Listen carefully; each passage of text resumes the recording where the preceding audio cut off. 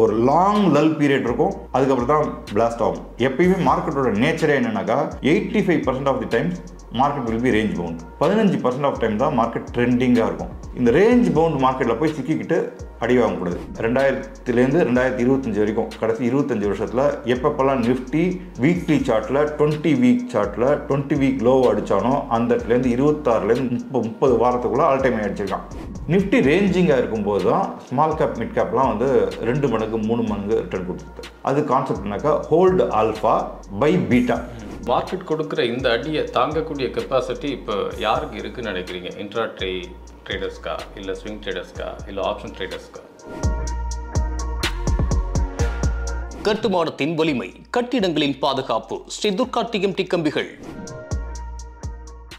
News cafe நேயர்களுக்கு வணக்கம். தொடர்ந்து சரிந்து கொண்டிருக்கும் பங்கு சந்தை, இந்த நேரத்தில் என்ன மாதிரியான பங்குகளை வாங்கலாம் அப்படின்னு பல்வேறு விஷயங்களை கேட்டு தெரிஞ்சுக்கிறதுக்காக ஃபினான்சியல் அட்வைசர் மிஸ்டர் குருமூர்த்தி அவர்களை நிகழ்ச்சிக்கு இன்வைட் பண்ணியிருக்கோம். சார் வணக்கம். வணக்கம். மார்க்கெட்டோட பொசிஷன் தொடர்ந்து பார்த்துட்டே இருக்கோம்.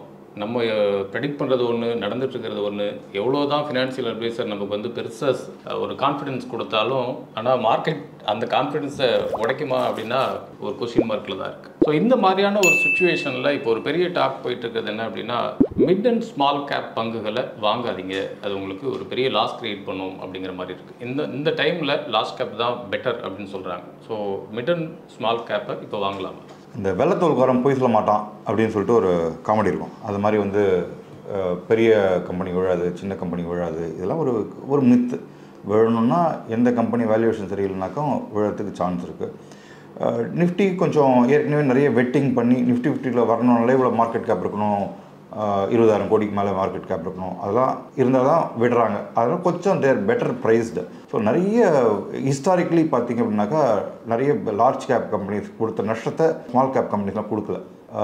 ஒரு எக்ஸாம்பிள் 1980s 85 90s வந்து சென்செக்ஸ் 30 ஷேர் இண்டெக்ஸ் இருக்கு இல்லையா, அந்த 30 ஷேரில் இந்த கம்பெனியில் இப்போ 2 ஷேரோ 3 ஷேரோ தான் மார்க்கெட்லேயே இருக்குது, அலைவாக இருக்குது. 27 கம்பெனி மூட்டு போயிட்டான். நீங்கள் லார்ஜ் கேப்னு சொல்லிட்டு அதுலேயே பெருசாக இன்வெஸ்ட் பண்ணிச்சிங்க.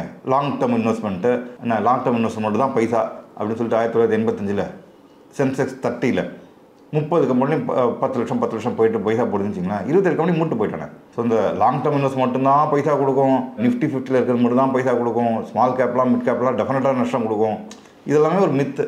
நம்மளை பொறுத்த வரைக்கும் நம்பர்ஸு, லெவல்ஸு, வேல்யூவேஷன்ஸு இதை பார்த்துட்டு ஒழுங்காக ட்ரேட் பண்ணணும் ஒழிய, ஆர் இன்வெஸ்ட்மெண்ட் பண்ணுறது கூட ஸ்கேலபிள் பிஸ்னஸாக ஒரு 30 வருஷம் கம்பெனி இருப்பானா, இதெல்லாம் பார்த்துட்டு நம்ம டிசிஷன் எடுக்கணும் ஒழிய, மற்றபடி ஸ்மால் கேப் கம்பெனி அப்படின்னா அவாய்ட் பண்ணுறது, மிட் கேப் கம்பெனி அப்படின்றத அவாய்ட் பண்ணுறது, நிஃப்டி 50 கம்பெனின்றதை வாங்கிறது, இதை மாதிரிலாம் வந்து இந்த மித்தை பிரேக் பண்ணணும். ஓகே, நீங்கள் சொல்கிற மாதிரி மார்க்கெட் சுச்சுவேஷனுக்கு ஏற்ற மாதிரி மிட் அண்ட் ஸ்மாலோ இல்லை லார்ஜோ இறங்குனா இறங்கும், ஏறினா ஏறும், அவ்வளோதான் அப்படிங்கிற மாதிரி சொல்கிறீங்க. பட் என்எஸ்சி லிஸ்டடில் இப்போ நம்ம பார்த்தோம் அப்படின்னா, இப்போ ரீசெண்டாக உள்ள தகவல் படி பார்த்தோம்னா கிட்டத்தட்ட ஒரு 200 கம்பெனிஸ் 40 to 50% ஃபால் பார்த்துருக்கு. ஒரு 150 கம்பெனிஸ் 20 to 30% ஃபால் பார்த்துருக்கு. இது எல்லாமே பார்த்தோம்னா மிட் அண்ட் ஸ்மால் கேப் ஸ்டாக்ஸாக தான் இருக்குது. ஸோ அந்த அடிப்படையில் இவ்வளோ ஃபால் பார்த்துருக்கு அப்படிங்கிறப்போ இதில் ட்ராவல் பண்ணலாமா அப்படிங்கிற ஒரு கொஸ்டின் பயம் வருது இல்லையா சார்? இந்த கம்பெனிஸ்லாம் வந்து எவ்வளோ பர்சன்ட் ஏறிச்சின்னு பார்க்கணும் சார். இப்போ கனரா பேங்க்னு ஒரு ஷேர் எடுத்துக்கிச்சிங்களேன், 65 ரூபாயிலேருந்து 615 ரூபா, 10 மடங்கு மேலே போயிட்டான். 10 மடங்கு போயிட்டு ஸ்ப்ளிட்டு கொடுத்து இப்போ வந்திருக்கான் அப்படின்னு வச்சுங்களேன். ஸோ 10 மடங்கு மேலே ஏறினது இறங்கினது 30% 40% இறங்கியிருக்குன்னு வச்சுங்களேன். யாருமே இந்த மேலே போகிறத பற்றி யோசிக்கிறதே இல்லை. மார்க்கெட்டோட நேச்சரே மேலேயும் போகும் கீழேயும் வரும். ஓகே, எவ்வளோ மேலே போயிருக்கான், எவ்வளோ ரீட்ரேஸ் ஆகிருக்கான் அப்படின்றத பார்க்கணும். 2 இருக்குது, டிகேவா ப்ரூனிங்கா அப்படின்னு பார்க்கணும். ஓகே, இந்த மரம் நடுறாங்க இல்லையா, மரம் நடும்போது ஒரு 5 அடி 8 அடி வளர்ந்த உடனே ஒரு டூல் ஒன்று வச்சுருப்பாங்க, அதை வச்சு அப்படி கட் பண்ணிவிட்டு இன்னொரு இதை ஒட்டி வச்சு டேப் போட்டு எக்ஸ்ட்ரா வளர்கிறதுக்கெலாம் பண்ணுவாங்க இல்லையா, அது பேர் ப்ரூனிங் அப்படின்னு பேர். டிகேன்றது ஒரு மரம் 30-40 வருஷம் வளர்ந்துச்சு, அதுக்கப்புறம் வளர்ச்சியே இல்லை, அதுவே தானாக கொஞ்சம் எல்லாம் உழுந்து கீழே விழுந்துச்சு, அது டிகே அப்படின்னு பேர் இல்லையா. ஸோ இது ப்ரூனிங்காக டிகேவா அப்படின்னு இந்த ஸ்டாக்குக்கு பார்க்கணும். ப்ரூனிங்காக இருந்தால் வாங்கணும், டிகேவாக இருந்தால் அவாய்ட் பண்ணணும். இதை எப்படி கண்டுபிடிக்கிறது அப்படின்னாக்கா, கம்பெனியோட பர்ஃபார்மன்ஸ் நல்லாயிருக்கு, அவரோட மெட்ரிக்ஸ் எல்லாமே நல்லாயிருக்கு, ஷேர் ப்ரைஸ் கீழே இறங்கியிருக்கு அப்படின்னா ப்ரூனிங். கம்பெனியோட பர்ஃபார்மன்ஸ் ஒர்ஸ்ட்டாக இருக்குது, ஷேர் ப்ரைஸ் கீழே விழுந்திருக்கு அப்படின்னா அது டிகே.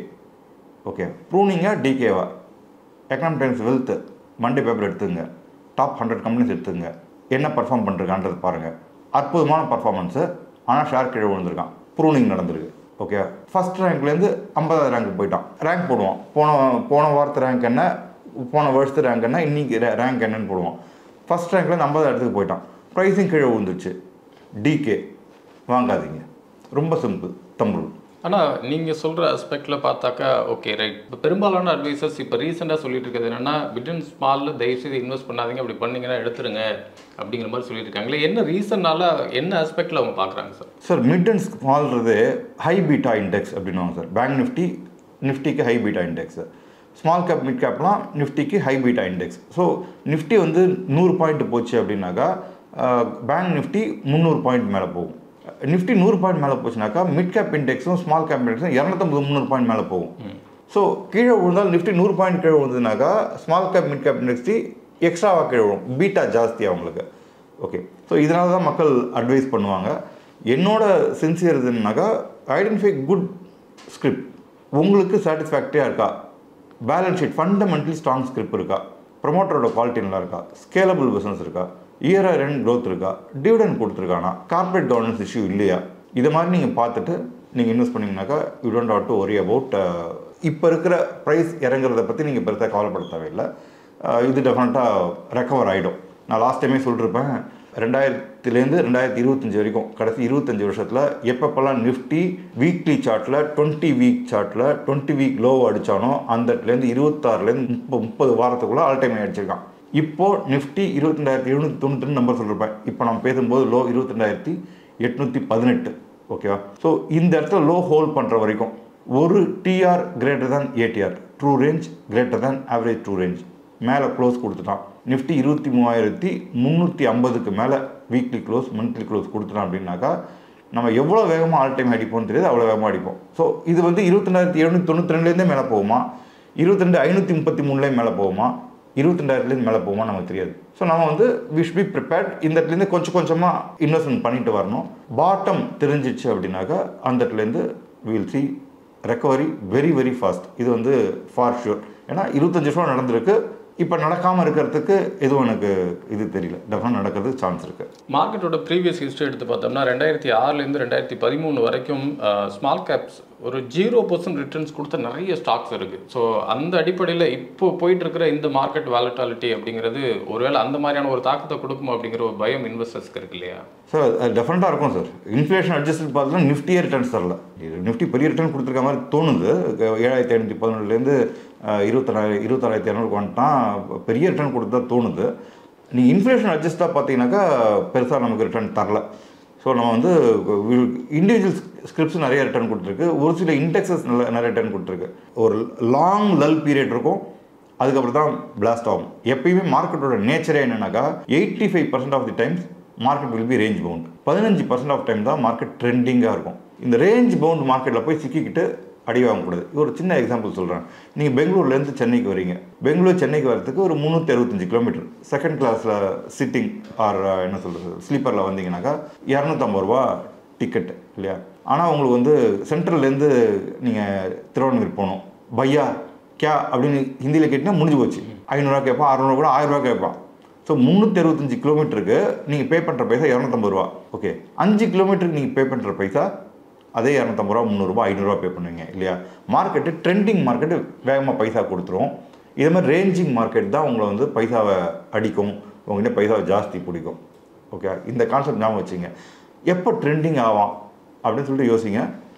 இந்த தம்ப் ரூல் வீக்லி சார்ட்டு 20 வீக்கோட லோ இதை அடிச்சுட்டு எங்கே ரிவர்ஸ் ஆகணும் அந்த இடத்துலேருந்து நீங்கள் பண்ணிங்கனாக்கா குவிக்காக 15% ஆஃப் த டைம் நீங்கள் ஐடென்டிஃபை பண்ணிக்கலாம். ஸ்மால் அண்ட் மிட் கேப்பே வந்து 40 to 50% வரைக்கும் ஃபால் பார்த்துருக்கு. அப்படிங்கிறப்ப அதோட கம்பேர் பண்ணுறப்ப லார்ஜ் கேப் ஸ்டாக்ஸ் அப்படிங்கிறது ஒரு 13% கிட்ட ஃபால் பார்த்துருக்கு. ஸோ இந்த டைமில் லார்ஜ் கேப்பில் இன்வெஸ்ட் பண்ணுறது ரைட்டான விஷயமா இருக்குமா? இண்டெக்ஸு பீஸில் இன்வெஸ்ட் பண்ணும் சார். இன்னொரு தம்ப் ரூல் ஆக்சுவலாக இந்த 24.50ன்னு சொல்லிட்டு ஒரு நிஃப்டியோட ப்ரைஸ் டு எர்னிங் மல்டிபிள்ஸ் அப்படின்வாங்க. நிஃப்டி 50 கம்பெனிஸோட price to earning multiples market 26,200 இருக்கும்போது இந்த நம்பர்கிட்ட இருந்தது. இப்போது இந்த 3000 பாயிண்ட்ஸ் ஃபாலில் இந்த 24.50ன்றது இன்னைக்கு காத்தால் நான் பார்க்கும்போது 20.37 20.3 பார்த்தேன். ஓகே, ஸோ ஒரு 1000 பாயிண்ட்டுக்கு 1.33% ப்ரைஸ் டு எர்னிங் மல்டிபிள்ஸ் கம்மியாகிட்டுருக்கு. இந்த price to earning multiples justifiable price to earning multiples 18லேருந்து 19. ஸோ அப்படின்னாக்கா இன்னொரு 1.33 1.6 இருந்ததுனாக்கா நம்ம வந்து வேர் ஃபேர்லி வேல்யூட் அப்படின்னு சொல்லலாம். ஸோ இன்னொரு 1000 பாயிண்ட்ஸ் தான் இந்தியன் மார்க்கெட் ஃபேர்லி வேல்யூடு அப்படின்னு சொல்கிறதுக்கு பக்கத்தில் இருக்குது. இந்த 22,792 22,533 இப்போ ரீசெண்ட் ஸ்விங் லோ இந்த எலெக்ஷன் சமயத்தில் வந்து இல்லையா ஜூன் 4ஆம் தேதி 21,287 இந்த நம்பர்கிட்ட வந்ததுனாக்கா Nifty will become fairly valued அப்படின்னு சொல்லிட்டு எனக்கு தோணுது. அந்த சமயத்துலேருந்து you can start accumulating. So நான் சொன்ன மாதிரி நிஃப்டி 1 பாயிண்ட் மூவ் ஆனோம்னாக்கா பேங்க் நிஃப்டி 3 பாயிண்ட் மூவ் ஆகும், mid cap Nifty 4 point move ஆகும், ஸ்மால் கேப் வந்து 10 பாயிண்ட் மூவ் ஆகும் இல்லையா. ஸோ நிஃப்டியோட பாட்டம் பக்கத்தில் இருக்குது அப்படின்னு தெரிஞ்சிச்சு, நிஃப்டி ஃபேர் வேல்யூக்கு வந்துடுச்சு அப்படின்னு தெரிஞ்சிச்சுனாக்கா அந்த சமயத்தில் ஸ்மால் கேப் மிட் கேப்பில் பெட்டர் ஸ்கிரிப்பு பெட்டர் வேல்யூட் ஸ்கிரிப்பு இந்த ஃபினான்ஷியலி ஸ்டேபிள் ஸ்கிரிப் வாங்கினீங்க அப்படின்னாக்கா உங்களுக்கு ஃபாஸ்ட்டாக ரிட்டர்ன் தரத்துக்கு வாய்ப்பு இருக்குது. இந்த மாதிரி ஒரு கரெக்ஷனில் மார்க்கெட் ரெக்கவரி ஆகுது அப்படின்னா ரெக்கவரி டைமில் ஸ்மால் அண்ட் மிட் கேப் தான் கொஞ்சம் ஃபாஸ்ட்டாக க்ரோத் ஆகும் அப்படிங்கிற மாதிரி பார்க்குறோம். இப்போ இந்த கரெக்ஷனுக்கு அப்புறமா மார்க்கெட் ரெக்கவரி ஆனிச்சுனாக்கா மிட் அண்ட் ஸ்மால் எந்த அளவுக்கு போகும், லார்ஜ் கேப்ஸ் எப்படி போகும் சார்? இதுக்கு முன்னாடி சொல்கிறேன் பை ஆல்ஃபா செல் பீட்டா அப்படின்னு சொல்லிட்டு ஒரு கான்செப்ட். எப்பயுமே மார்க்கெட் தளத்திற்கே மேலே போச்சு அப்படின்னாக்கா ஸ்மால் கேப் மிட் கேப் மேலே போகாது. மார்க்கெட் 7,511லேருந்து 15,800 வந்தது, ஆல்மோஸ்ட் டபுள் ஆகிட்டு அதுக்கு மேலே ஒரு 1000 பாயிண்ட் மேலே போனோம். அந்த சமயத்தில் பார்த்தீங்கன்னாக்கா most of the small cap mid cap இண்டெக்ஸஸும் சரி ஷேர்ஸும் சரி நெகட்டிவ் ரிட்டர்ன்ஸாக கொடுத்தான். நிஃப்டி வந்து 7,500 8,000 பாயிண்ட் மேலே போய் small cap mid gap index it was lying low for almost ஒரு வருஷம் அப்படியே இருந்தது. இந்த நிஃப்டி வந்து ரேஞ்சிங் ஆகிடுச்சு 15,800 14,700 14,700 15,200 இது மாதிரி ரேஞ்சிங் ஆகிடுச்சு. நிஃப்டி ரேஞ்சிங்காக இருக்கும்போது தான் ஸ்மால் கேப் மிட் கேப்லாம் வந்து 2 மடங்கு 3 மடங்கு ரிட்டர்ன் கொடுத்துருது. அது கான்செப்ட்னாக்கா ஹோல்டு ஆல்ஃபா பை பீட்டா அப்படின்னு சொல்லி போவாங்க. இப்போது ஹோல்டு ஆல்ஃபா செல் பீட்டாவில் இருக்காங்க. மார்க்கெட்டு 23,350க்கு மேலே க்ளோஸ் ஆகி ஒரு ATRக்கு மேலே க்ளோஸ் ஆகி கன்சல்டேட் ஆச்சு. நிஃப்டி திருப்பி மேலே போச்சுனாக்கா ஸ்மால் கேப் மிட் கேப் மேலே போகாது. நிஃப்டி 23,350 23,800 868 இந்த நம்பருக்குள்ளே ட்ரேட் ஆகிட்டு வரணும், கன்சல்டேட் ஆகணும். ஹோல்டு ஆல்ஃபா பை பீட்டா அப்படின்னு மார்க்கெட்டுக்கு போகும். ஸோ இது தெரிஞ்சுக்கிட்டு அந்த சமயத்தில் நீங்கள் ஸ்மால் கேப் மிட் கேப் பக்கம் போனீங்க அப்படின்னாக்கா இட் இஸ் பெட்டர். இல்லாட்டி கொஞ்சம் அந்த ஸ்பேஸை அவாய்ட் பண்ணுறது சேஃப். இன்னொன்று மக்கள் சொல்லுவாங்க நான் வாங்கின ஷேர் வந்து தளவுக்கு அப்புறம் கீழே வந்துருச்சு, 100 ரூபாய்க்கு வாங்கினா 20 ரூபாய்க்கு வந்துருச்சு 30 ரூபாய்க்கு வந்துருச்சு, நான் அதை வந்து 3 மடங்கு ஆவரேஜ் பண்ணலாமா 4 மடங்கு ஆவரேஜ் பண்ணலாமா அப்படின்னு சொல்லி கேட்குறாங்க. என்னோட சின்சியர் அட்வைஸர் இந்த small cap mid cap space for that matter share market as whole பார்த்தீங்கன்னாக்கா ஒரு 5,500 6,000 ஷேர் இருக்குது இந்தியன் ஷேர் மார்க்கெட்டில் அப்படின்னாக்கா ஒரு 4,300லேருந்து 4,500 ஷேர்ஸை அவங்க என்ன இஷ்யூ ப்ரைஸ் வந்தாங்களோ அதை விட 40 50 60 70% கம்மியாக இருக்குது. ஓகே, ஸோ இந்த ப்ரமோட்டர்ஸ் யாரும் மார்க்கெட்டுக்கு வந்துட்டு நீ வந்து உமி எட்டுன்னு வா நான் நெல் எட்டுன்னு வரேன் 2 பேரும் ஊதி சாப்பிடலான்லாம் வரமாட்டாங்க. ஓகேவா, அவங்க உமி எட்டுன்னு வருவாங்க, நீங்கள் நெல் எட்டுன்னு வருவீங்க, உங்கள் நெல்லை வாங்கிட்டு உங்களுக்கு சாப்பாடு போடாமல் அவங்க எட்டுன்னு போகிறது அவங்க இருக்காங்க. ஸோ இது நம்ம புரிஞ்சுக்கணும். 5,000 5,500 ஷேரில் 4,300 ஷேர் அவங்க என்ன இஷ்யூ ப்ரைஸ் வந்தாங்களோ அதை விட 30 40 70% கம்மியாக இருக்காங்க. இது நம்ம புரிஞ்சுக்கணும். ஸோ இப்போ இதெல்லாம் வந்து சேகம் finance Maximum Finance Sterling Tree Magnum இப்போ நல்லா வந்துட்டாங்க அவங்க. அது ஸ்டெர்லிங் ட்ரீ அவங்க குரூப் நல்லா பண்ணிட்டுருக்காங்க. இது மாதிரி கம்பெனிஸில் ஏமாத்திர கம்பெனிஸ் இருந்தது இல்லையா. சேகம் ஃபினான்ஸ் மூணா ரமேஷ் காஸ் ஃபினான்ஸ் மூணு பிறகு அதே இதில் இறங்கிட்டான். 100 ரூபாய் 10 ரூபாய்க்கு வந்துட்டான், கேஸ் வந்துச்சு 10 ரூபாய்க்கு வந்துட்டான்னு வச்சுங்க. 100 ரூபாய்க்கு இருந்தால் அவன் 10 ரூபாய்க்கு வந்துட்டான் அப்படி அந்த ஷேர் வாங்குவீங்களா நீங்கள்? சேகம் ஃபினான்ஸில் ரமேஷ் காஸ் ஃபினான்ஸ் வாங்க மாட்டீங்க. அவனே என்ன பண்ணுவான்னாக்கா வேறு இடத்துக்கு போவான். Okay, Alwarpet benefit fund, Royapettah benefit fund, reserve பேங்காக ராயப்பேட்டா பெனிஃபிட் ஃபண்டா அப்படி தான் வந்து ஆடே. ரிசர்வ் பேங்க் கூட நம்ப முடியாது சார், ராயப்பேட்டா பெனிஃபிட் ஃபண்ட் நம்பலாம் அப்படின்னு சொல்லிட்டு அது ஒரு தனி ஸ்கீம் போச்சு இல்லையா. கருமாரியம்மன் பேங்க் மாதிரி கருமாரியம்மன் பேங்க் மாதிரி அது மாதிரி போச்சு. அதுக்கப்புறம் அந்த பெனிஃபிட் ஃபண்டு எல்லாத்தையும் மூட்டான். ஆருத்ரா ஈமு கோழி என்ன சார் ஒன்றும் புரிய மாட்டேங்குது இல்லையா. ஸோ நீங்கள் திருப்பி ராயப்பேட்டா பெனிஃபிட் ஃபண்ட் பைசா போட மாட்டீங்க, ஏமாத்திரம் புது ஸ்கீமில் தான் வருவான். ஓகே, அதுதான் வந்து பைசா. ஸோ நீங்கள் கச்சா மிச்சான இறங்கின share fundamentally not sounds share அதை போய் 4 மடங்கு 5 மடங்கு ஆவரேஜ் பண்ணிங்கன்னா அதை 0 ஆக்கி விட்ருவான், உங்களுக்கு பைசா வராது. ஸோ நீங்கள் பெட்டர் இன்னிலேருந்தாவது பெட்டர் ஸ்கிரிப்பை எப்படி ஐடென்டிஃபை பண்ணுறது, ஃபண்டமெண்டலி எப்படி ஐடென்டிஃபை பண்ணுறது, டெக்னிக்கலி எப்படி ஐடென்டிஃபை பண்ணுறது, இதை கற்றுக்கிட்டு பண்ணால் தான் ஜெயிக்க முடியும்.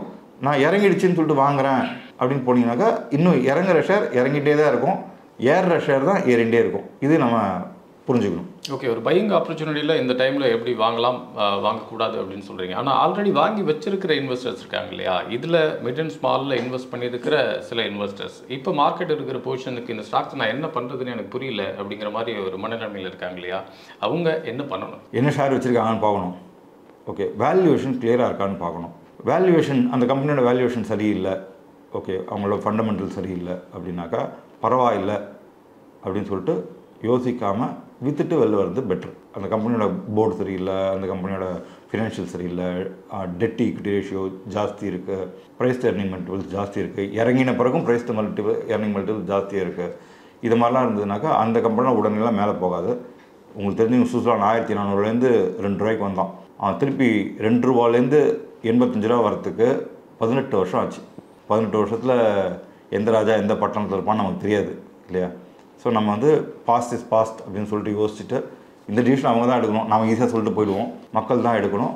ஒழுங்கான இன்னிலேருந்து ஆரம்பிச்சோன்னா கூட நம்ம ஒரு போஸ்ட் உங்களோட ஷேர் பண்ணிருப்பேன். நம்ம பிறந்ததுலேருந்து ஒரு ட்ராவல் பண்ணிருப்போம், நமக்கு ஒரு 150-200 ஆப்பர்ச்சுனிட்டி இருந்திருக்கும். அதில் ஏதோ ஒரு ஆப்பர்ச்சுனிட்டி ட்ரேட் பண்ணிட்டு இங்கே வந்திருப்போம்.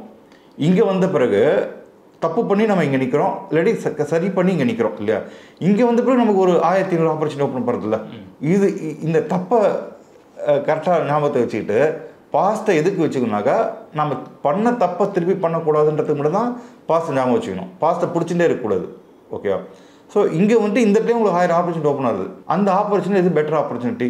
உங்கள் பாஸ்ட் எக்ஸ்பீரியன்ஸ் வச்சுக்கிட்டு நம்ம ஊரில் சொல்லுவாங்க, நஷ்டம்னே சொல்ல மாட்டாங்க, புத்தி கொள்முதல் அப்படின்வாங்க. இந்த பேட் எக்ஸ்பீரியன்ஸை ஒரு புத்தி கொள்முதலாக வச்சுக்கிட்டு இன்னிலேருந்து எப்படி நம்ம கரெக்டாக சூஸ் பண்ணுறது, எப்படி ட்ரேட் பண்ணுறது. மார்க்கெட்டில் இந்த ஃபால்லையும் டெய்லி 3.5 லட்சம் கோடி டர்ன் நடக்குது. ஓகேவா. நான் சொல்கிறது minimum 3.5 lakh crores. World's highest turn over இந்தியாவில் தான் நடக்குது இல்லையா. ஏதோ எங்கேயோ பெரிய பைசா பண்ணிகிட்ருக்காங்க. அவங்க எப்படி பண்ணுறாங்க, பெரிய ஆள் எப்படி பண்ணுறாங்க, இதை பார்த்துக்கிட்டு நம்ம பண்ணணும். போர்ட்ஃபோலியோ இருந்திருக்கும் மக்கள்கிட்ட 5 லட்சம் 10 லட்சம் போர்ட்ஃபோலியோ இருந்திருக்கும்.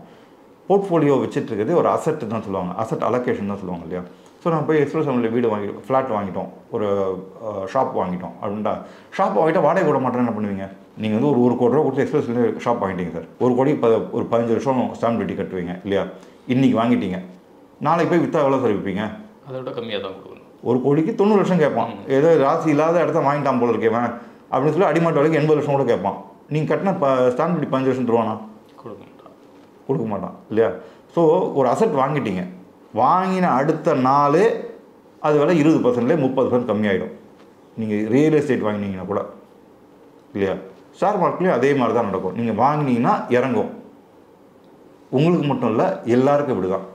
எல்ஐசி ஏன் சார் 930 வந்துட்டு 550 வந்தான்? எவ்வளோ பெரிய company. Ola electric, Zomato, Reliance power, இவெல்லாம் இஷ்யூ முடிஞ்ச உடனே வித்தின் 1 வீக் 50% டிக் ஆகிட்டான் இல்லையா. ஸோ மார்க்கெட்டோட நேச்சரே இப்படி தான். இதை முதல்ல புரிஞ்சுக்கணும். நான் வந்து என்ன சொல்கிறது, பட்டாளத்தில் போய் சேருவேன், ஆனால் என்ன காஷ்மீருக்கு அனுப்பக்கூடாதுன்னு சொல்லக்கூடாது இல்லையா. டாக்டருக்கு படிக்க போகிறேன், கத்தி தொடமாட்டேன், ரத்தத்தை பார்க்க மாட்டேன். இங்கே வந்தால் அடி வாங்குறது ரெடியாக தான் வரணும். உங்ககிட்ட எல்லாத்தையும் எழுதி வாங்கிக்கிறாங்க. என்எஸ்சி சர்வர் கிராஷ் ஆச்சுனாக்கா நான் கம்ப்ளைண்ட் பண்ண மாட்டேன் இப்படியும் உங்கள்கிட்ட எழுதி வாங்கிக்கிறாங்க சார். எனக்கு இந்த சின்ன சின்ன பொடியில் எழுத்துருக்கு இல்லையா, அதில் போய் படித்து பார்த்தா தெரியும். டேட்டா எரர் வந்ததுனாக்கா நான் வந்து I will not raise a issue. என்னோட சர்வர் கிராஷ் ஆச்சுன்னா I will not raise an issue. Internet வந்ததுன்னா I will not raise an issue அப்படின்னு சொல்லிட்டு பலதை எழுதி வாங்கிக்கிறாங்க. இப்போ வெரி ரீசெண்டாக ஒரு நம்ம சேனலோட வியூவருக்கு ஃபோன் பண்ணார்.